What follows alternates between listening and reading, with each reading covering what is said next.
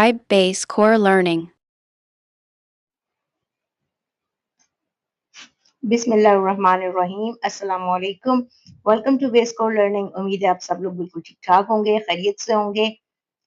Previous हमने जो 3-4 lectures किए हैं उसमें सब्जेक्ट वर्ब एग्रीमेंट हमने स्टडी किया है, उसके डिफरेंट रूल्स को स्टडी किया है। आज का लेक्चर भी बहुत ज़्यादा इंफॉर्मेटिव होने वाला है क्योंकि आज हम सब्जेक्ट वर्ब एग्रीमेंट का एक और बहुत इंपॉर्टेंट रूल डिस्कस करेंगे। रूल आपके सामने है। रूल में है the verb must always agree with the main subject, not with any words or phrases that come between the subject and the verb. देखिए यहाँ पे क्या चीज है कि जो हमारा वर्ब है उसे मेन सब्जेक्ट के अकॉर्डिंग होना चाहिए। आपको सबसे पहले सब्जेक्ट को आइडेंटिफाई करना आना चाहिए कि आपका मेन सब्जेक्ट है क्या। Subject doer of the action है। बाकी जितने भी फ्रेजेस उसके बीच में आ रहे हैं या कोई भी वर्ड्स आ रहे हैं जो आपको एडिशनल इंफॉर्मेशन दे रहे हैं वो आपके मेन सब्जेक्ट में इंक्लूडेड नहीं है। Qualifiers like along with, as well as, together with, in addition to, or descriptive phrases do not change the number of the subject. मतलब जितने भी क्वालिफायर्स हैं ऐसे वर्ड्स अगर आ जाएं जैसे अलोंग विद कहीं आ गया है सब्जेक्ट के बाद, एज वेल एज आ गया है, टुगेदर विद आ गया है, इन एडिशन टू आ गया है, बाजुकात ऑफ आ जाता है, या इस तरह की कोई भी चीजें, कोई भी ऐसे वर्ड्स, कोई भी ऐसे फ्रेजेस या कोई भी एक्स्ट्रा इंफॉर्मेशन जो है वो आपके सब्जेक्ट का नंबर चेंज नहीं करती, यानी कि आपके सब्जेक्ट के सिंगुलर या प्लूरल होने पे फर्क नहीं डालती। आपका सब्जेक्ट सिंगुलर या प्लूरल आपने उसे देखना है और उसके अकॉर्डिंग आपने वर्ब को लगाना है। जी, एग्जाम्पल देखें अभी। The teacher along with the students is attending the seminar. अब क्या है, हमने पीछे रूल में पढ़ा है कि अलोंग विद या ऑफ आ जाए या एज वेल एज आ जाए, इस तरह की जितनी भी चीजें आ जाए या कोई भी डिस्क्रिप्टिव फ्रेज आ जाए तो हमने उसे नहीं देखना, हमने अपने मेन सब्जेक्ट को देखना है। तो यहाँ पे जो टीचर है हमारे पास वो हमारा मेन सब्जेक्ट है, तो हमने उस मेन सब्जेक्ट के अकॉर्डिंग ही अगला वर्ब लगाना है। तो teacher along with the students is attending the seminar, क्योंकि अलोंग विद के बाद आगे जो भी चीज आई है आपने उससे फॉरगेट कर देना है, भुला देना है कुछ टाइम के लिए, और जो आपका वर्ब होगा वो द टीचर के अकॉर्डिंग होगा। टीचर सिंगुलर है, आपका वर्ब सिंगुलर आएगा, तो यहाँ पे इज अटेंडिंग द सेमिनार है। ठीक है, the teacher along with the students is attending the seminar. इसकी एक और बड़ी आसान सी टिप होती है, वो ये है, आप देखें कि जो भी चीज अलोंग विद के साथ या एज वेल एज के साथ या किसी भी डिस्क्रिप्टिव चीज के साथ आगे आ रही है, वर्ब से पहले आ रही है, अगर आप उसे सेंटेंस में से फॉर द टाइम बीइंग आप रिमूव भी कर देते हैं, आप निकाल भी देते हैं, तो आपका सेंटेंस जो होगा वो अपने फुल मीनिंग देगा, पूरा मतलब देगा, उसमें कहीं कोई एरर नहीं आएगी। यहाँ पे हम वो करके देख लेते हैं। द टीचर, अगर हम इसमें से अलोंग विद द स्टूडेंट्स भी निकाल दें तो इज अटेंडिंग द सेमिनार जो है वो पूरा मतलब दे रहा है कि टीचर जो है वो सेमिनार अटेंड कर रहा है। तो यहाँ पे ये चीज देख लें कि मेन जो सब्जेक्ट था आपका टीचर था, टीचर सिंगुलर है तो आगे जो आया है वर्ब आया वो इज है। ठीक है, इज अटेंडिंग द सेमिनार, यही चीज यहाँ पे समझाई गई है। Here teacher is the main subject, वही चीज एक्सप्लेन हो रही है कि टीचर मेन सब्जेक्ट है, सिंगुलर है, so the verb is even singular. ठीक है, स्टूडेंट्स बेशक प्लूरल है लेकिन स्टूडेंट्स हमारा मेन सब्जेक्ट नहीं है, वो क्वालिफायर में आ जाता है कि एक एक्स्ट्रा चीज आपको बताई जा रही है। जी अभी देखें, पहले हमने यही सेंटेंस किया था करेक्ट, अब हम देखते हैं ये इनकरेक्ट कैसे होता है। The teacher along with the students are attending the seminar. थोड़ी देर पहले हमने यही चीज डिस्कस की है कि हमारा जो वर्ब है वो उसे मेन सब्जेक्ट के अकॉर्डिंग होना चाहिए, ना कि क्वालिफायर के अकॉर्डिंग होना चाहिए। क्वालिफायर से मुराद ऐसी कोई भी चीज है जो उसके एक एक्स्ट्रा मीनिंग उसमें ऐड कर रही है।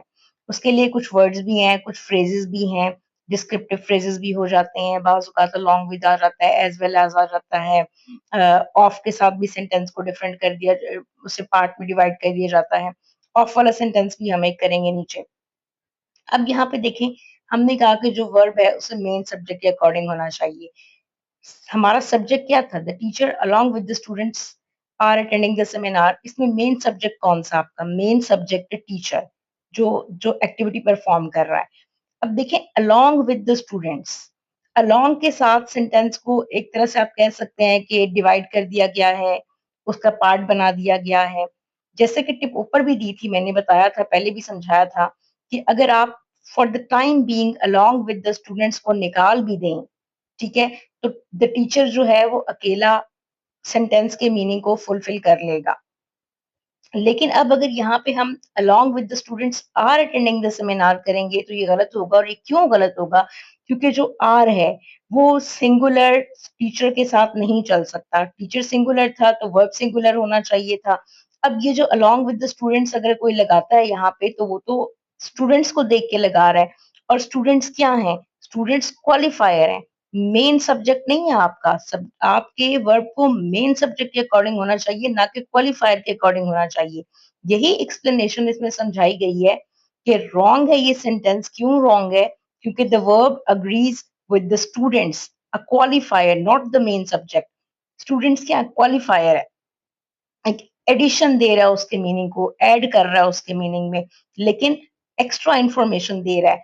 उसके बगैर भी सेंटेंस कंप्लीट था अगर आप उसे हटा के देख लें। तो यहाँ पे ये सेंटेंस अगर आप आर लगाएंगे तो ये गलत हो जाएगा, इज लगाएंगे तो ये ठीक होगा क्योंकि टीचर सिंगुलर है। अगर पीछे टीचर्स होता तो फिर आर था, क्योंकि टीचर्स प्लूरल हो जाता और आगे भी आर आ जाता।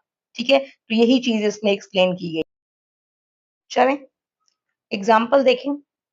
My brother, as well as my friends, was invited to the party. अच्छा, यहाँ पे क्या होगा? कुछ लोगों ने फौरन देखे बगैर my friends देखना है और आगे वर लगा देना था और सेंटेंस को कंप्लीट कर देना था। लेकिन रूल और ग्रामर के अकॉर्डिंग देखें कि आपने मेन सब्जेक्ट को देखना है, डूअर ऑफ द एक्शन को देखना है। मेन सब्जेक्ट कौन है?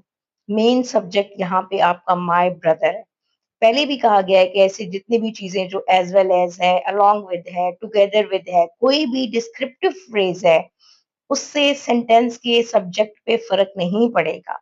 सब्जेक्ट, मेन जो सब्जेक्ट है उसके अकॉर्डिंग ही आपका वर्ब आना है। और यहाँ पे मेन सब्जेक्ट कौन है? माय ब्रदर, मेरा भाई।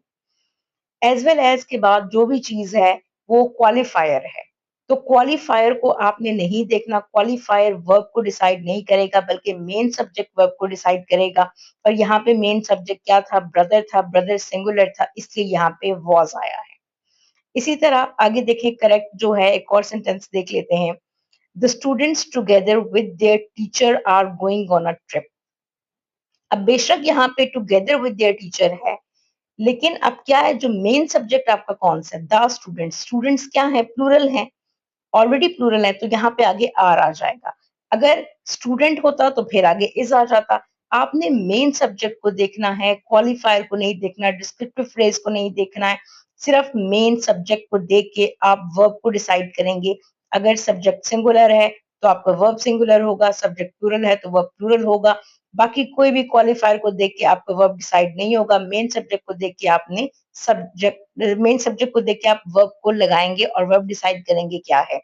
नम आगे जो भी क्वालिफायर है उससे सब्जेक्ट के सिंगुलर या प्लूरल होने पे कोई फर्क नहीं। जी देखें, एक सेंटेंस है, the box of chocolates is empty. यहाँ पे सिर्फ मैं इस चीज को समझाने की कोशिश कर रही हूँ कि क्वालिफायर क्या, आपको ये समझ में आ जाए। हमने पहले बात की as well as, together with, along with, descriptive phrases और ये सारा कुछ। अब यहाँ पे ऑफ चॉकलेट्स जो है ना, ये डिस्क्रिप्टिव फ्रेज है। क्यों? क्योंकि द बॉक्स समझ में आ गया, बॉक्स है एक। द बॉक्स, अब ऑफ चॉकलेट्स जो है वो डिस्क्राइब कर रहा है कि किस चीज का बॉक्स है, तो वो चॉकलेट्स का बॉक्स है। इज एम्प्टी, वो खाली है, यानी कि बताने का मकसद ये है कि जो चॉकलेट्स का बॉक्स है वो एम्प्टी है। अब ऑफ चॉकलेट्स जो है ये क्वालिफायर है। आप इसमें से अगर क्वालिफायर को रिमूव कर दें, ऑफ चॉकलेट्स को रिमूव कर दें, और आपके पास पीछे बच जाएगा द बॉक्स इज एम्प्टी। तो जब द बॉक्स इज एम्प्टी है तो इसका मतलब कि बॉक्स एम्प्टी है और बॉक्स खाली है, और वो अपना पूरा मतलब क्लियर कर रहा है। तो वर्ब जो है वो द बॉक्स के अकॉर्डिंग आएगा, क्योंकि मेन सब्जेक्ट आपका द बॉक्स है।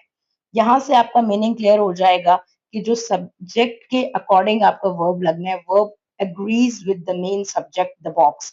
द बॉक्स आपका सब्जेक्ट है, उसके अकॉर्डिंग ही आपका वर्ब लगेगा। तो ये वाला रूल आई होप आपको समझ में आ गया होगा। रूल सिर्फ इतना है कि आपने वर्ब लगाते हुए मेन सब्जेक्ट को देखना है और क्वालिफायर को नहीं देखना। आज हमने एक और रूल को डिस्कस कर लिया है, बहुत डिटेल में डिस्कस कर लिया है। इंशाल्लाह अगली आने वाली वीडियोस में मजीद हम सब्जेक्ट वर्ब एग्रीमेंट के कुछ रूल्स रह गए हैं, उन्हें हम इंशाल्लाह कवर करेंगे और आप इसकी प्रैक्टिस करें। इसकी एग्जांपल को जब आप इस वीडियो को बार-बार देखेंगे, जहाँ से कोई क्वेरी हो आप मुझसे पूछ सकते हैं, कमेंट सेक्शन में पूछ सकते हैं। व्हाट्सएप नंबर 0322721654 आपके सामने है, आप उस नंबर पे मुझसे पूछ सकते हैं। वीडियो को लाइक करें, शेयर करें, कोई भी नई चीज़ सीखते हैं मुझे ज़रूर बताएँ। कोई वीक पॉइंट जहाँ पे जो आपकी वीकनेस है, जो आप सीखना चाहते हैं, जिस टॉपिक्स पे आप चाहते हैं कि हम डिस्कशन करें, वो टॉपिक्स मुझे ज़रूर बताएँ। किसी भी तरह के नोट्स के लिए ख़ासकर इंग्लिश के नोट्स के लिए, प्रैक्टिकल नोटबुक्स की प्रिपरेशन के लिए, असाइनमेंट्स के लिए आप इस नंबर पे मुझसे कॉन्टैक्ट कर सकते हैं।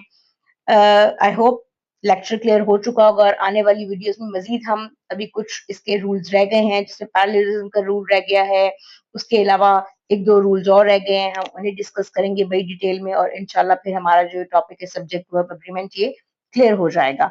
अपना बहुत सा ख्याल रखें, अपनी स्टडी पे फोकस करिए और चैनल को सब्सक्राइब जरूर कीजिए।